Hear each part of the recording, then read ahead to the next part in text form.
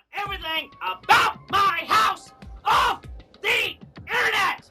I'll send in detectives, I'll send in police, I'll send in everything in my power!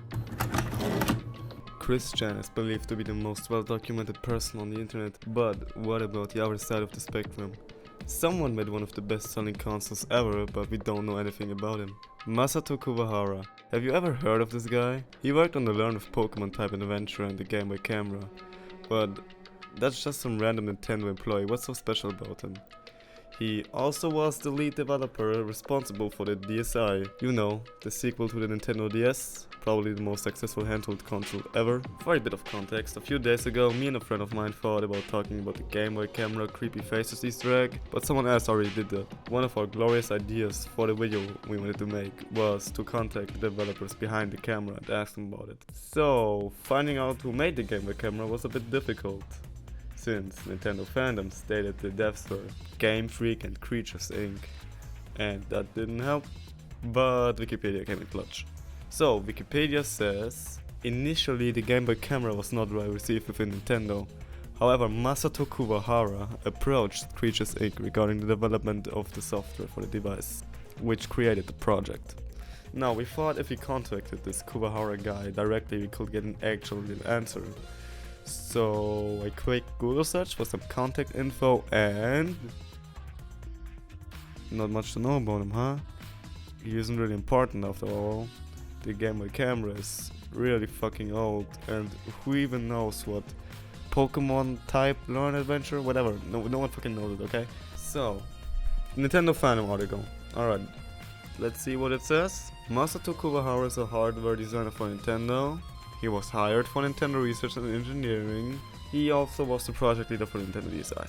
The DSi project leader does not have a Wikipedia page, even though the original DS and 3DS have one. So why does he not have one? Why doesn't he get one? What do we even know about him?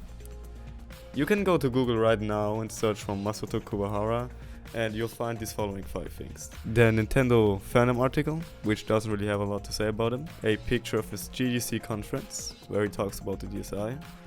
A Moby Games entry with 2 listed games. Game Boy camera software and also the Pokemon game. The GDC interview, which again talks about the DSi, but it's in Japanese and not translated. And a interview he did with Satoru Iwata, then president of Nintendo, in German for some reason. It's in German, not in English. I speak German. It only talks about DSi development and that Kuwahara-san is getting married. And that's it. That's all we know. That's all we know about him. He might be retired right now and enjoy family life, but he also might be dead. We don't know. But why don't we know? And how come no one talks about him? Even the man behind the 3DS, Hideki Kono, has at least a bunch of YouTube videos about him. For some reason. The original DS guy is not a good example in comparison for popularity, but that still begs the question, why is no one talking about Masato Kuwahara? I mean, it's okay that no one talks about him, like, he's just some project developer, nothing special. But what is special, and why I'm making this video, is how come we haven't heard from this guy, this person, how come we haven't heard from him in over 10 years? No signs of life, no Wikipedia, no Twitter, nothing. Nothing. In 10 years. The guy that made the DSi, a console that sold 41 million times, just is gone. No one knows him. Now, why is this video, why is this topic interesting? Well, think about it. There are 5 pages on the entire internet with information relevant to this guy. We don't even know if he's alive or not. He's been forgotten. Completely. And that's why I'm making this video.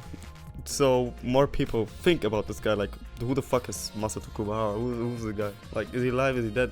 He's been completely forgotten. That's why I'm making this video. So more people, like, talk about him. So, you know, more people will be aware about the strange case of the Nintendo employee that disappeared from the face of the earth.